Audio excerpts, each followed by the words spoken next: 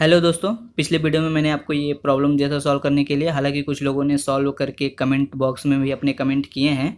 फिर भी अगर जिन लोगों ने नहीं किए हैं तो आइए हम इसको सॉल्व करते हैं। फर्स्ट है ए एंड बी। ए क्या है, ट्रू है, एंड बी क्या है, फॉल्स। एंड का क्या रूल होता है, जब दोनों ऑपरेंड्स अगर ट्रू रहेंगे तभी ट्रू होगा, अदरवाइज फॉल्स। तो यहाँ पे देखिए एक ट्रू है एंड सेकेंड जो है फॉल्स है, तो इसका आंसर क्या आ जाएगा, फॉल्स।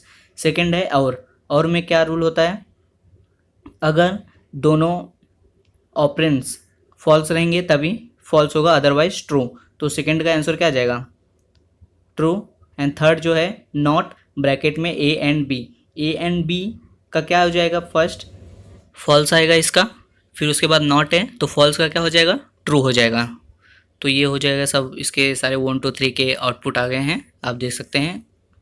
तो आइए अब हम प्रोग्राम को एक बार रन करके देखते हैं। तो यहाँ पे चलते हैं, यहाँ पे आप देख सकते हैं मैंने प्रोग्राम पहले ही लिख दिया है। अब इसको सेव करते हैं।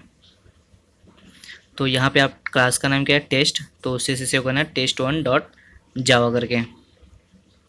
तो यहाँ पे सेव, यस। तो अब मैं दिखा देता हूँ आपको मैंने कहाँ पे सेव किया है। यहाँ पे सी ड्राइव में मैंने एक वर्क नाम का फोल्डर बनाया है। यहाँ पे ये देखिए, यहाँ पे मैंने test1 ये फाइल सेव की हुई है। अब इसको रन करते हैं CMD में। तो CMD ओपन करते हैं। तो अब मुझे उसका पाथ सेट करना पड़ेगा, CD/C ड्राइव में आ गया। अब वर्क फोल्डर में था तो वर्क, ये वर्क में आ गया। अभी कंपाइल करने के लिए जावा सी test1.java, ये सक्सेसफुल कंपाइल हो गया। अब रन करने के लिए जावा test1। तो ये देखिए प्रोग्राम का आउटपुट आ गया है, फॉल्स ट्रू फॉल्स। तो अब बढ़ते हैं अपने नेक्स्ट प्रॉब्लम की तरफ, जो सेकंड प्रॉब्लम था।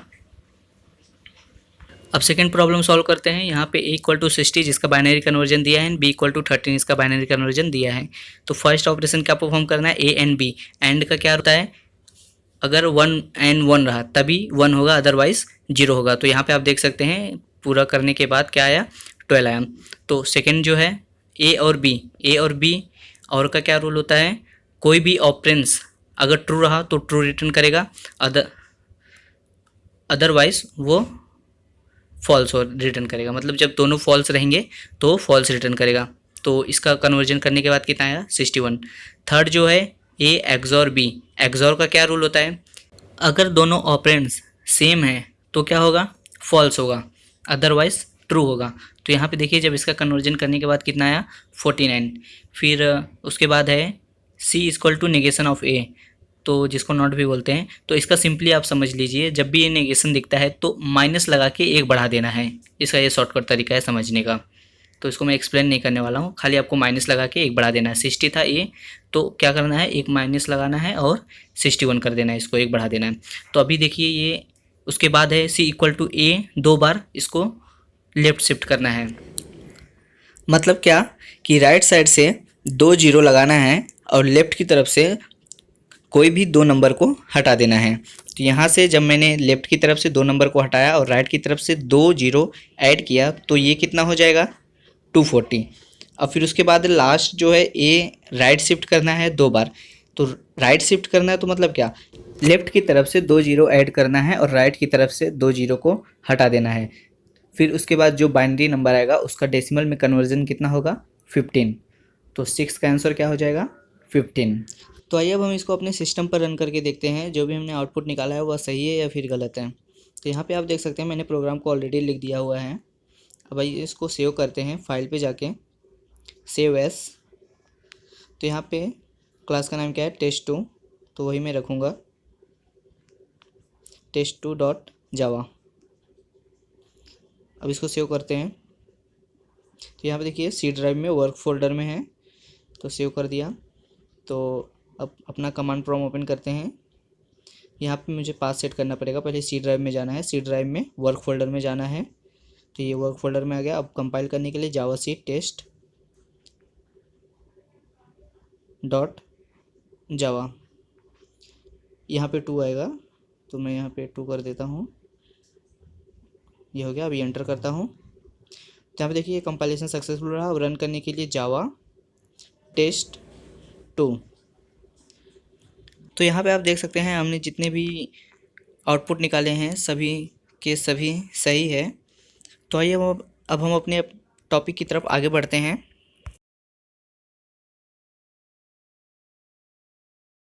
फिफ्थ है हमारा असाइनमेंट ऑपरेटर। ये क्या करता है, ये वैल्यूज़ को असाइन करता है।